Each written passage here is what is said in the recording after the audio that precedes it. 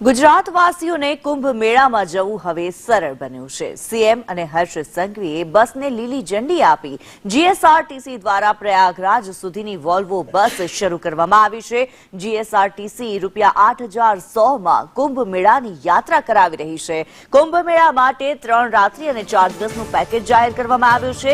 જીએસઆરટીસીની website પર આ package માટેનું બુકિંગ કરાવી શકાય છે। અમદાવાદના રાણીપથી પ્રયાગરાજ માટેની બસ ઉપડશે ત્યારે એસી વોલ્વો બસમાં ડોર્મેટરીમાં રહેવાની સુવિધા છે। એક બસમાં 47 શ્રદ્ધાળુઓ મુસાફરી કરી શકશે।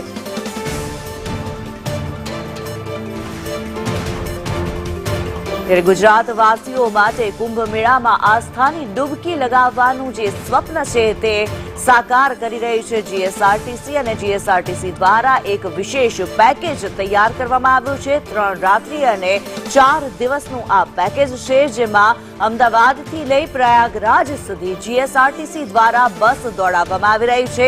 એસી વોલ્વો બસ રહેશે અને આ એસી વોલ્વો બસની અંદર 47 જેટલા મુસાફરો એકવારમાં મુસાફરી કરી શકશે।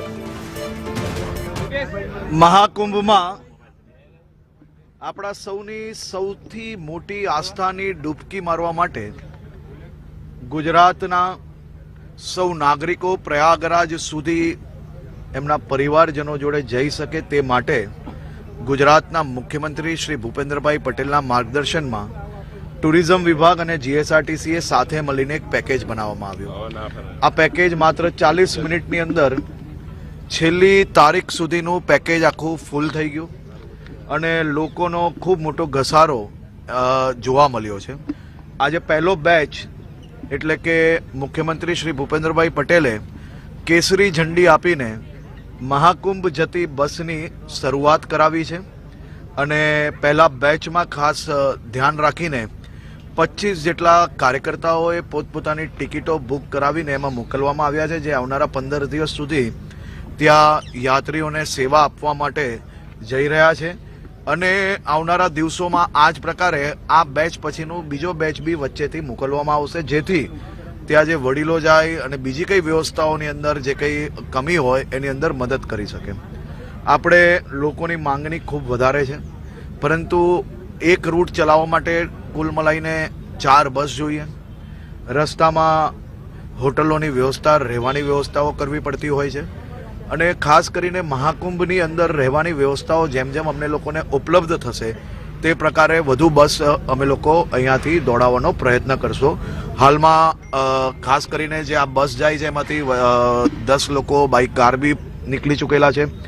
જે લોકો અલગ અલગ જે ત્યાં ભંડારાઓ લાગેલા છે, જે રહેવાની વ્યવસ્થાઓ છે એ બુક કરાવવા માટેની વ્યવસ્થાઓ માટે પ્રયાસ કરી રહ્યા છે અને એના સિવાય બી પિકઅપ અને ડ્રોપની વ્યવસ્થાઓ માટે બીજી બસો કેટલી વધારી શકીએ તેનો નિર્ણય આજે સાંજ સુધી લેવામાં આવશે અને વધુ બસો વધુ શહેરોમાંથી કઈ રીતે ઉપડી શકે અને રાજ્યના નાગરિકોની આસ્થા વધુમાં વધુ એ લોકો આ મહાકુંભની અંદર ભાગ લઈ શકે તે માટે મુખ્યમંત્રી શ્રી ભૂપેન્દ્રભાઈ પટેલની સૂચના છે કે વધુમાં વધુ યાત્રીઓને મદદ કરવી અને વધુમાં વધુ યાત્રીઓ આ આસ્થાના મહાકુંભમાં ડૂબકી મારી શકે તેવી વ્યવસ્થાઓ રાજ્ય સરકાર આમ સરળતાથી લોકો જઈ શકે, ઓછામાં ઓછા ભાવથી જઈ શકે અને લોકો પોતાની આસ્થાનું આ મહાકુંભમાં ડૂબકી મારી શકે એવી વ્યવસ્થાઓ કરવા માટે 2 વિભાગ કામગીરી કરી રહી છે।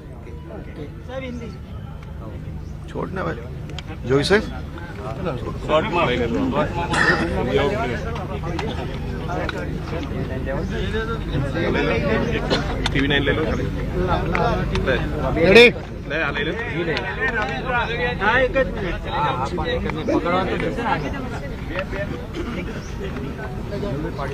गुजरात के मुख्यमंत्री श्री भूपेंद्र भाई पटेल के मार्गदर्शन में गुजरात सरकार ने गुजरात के नागरिकों के लिए आस्था के महाकुंभ में डुबकी मार पाए उसके लिए एक स्पेशल पैकेज की व्यवस्था की गई है।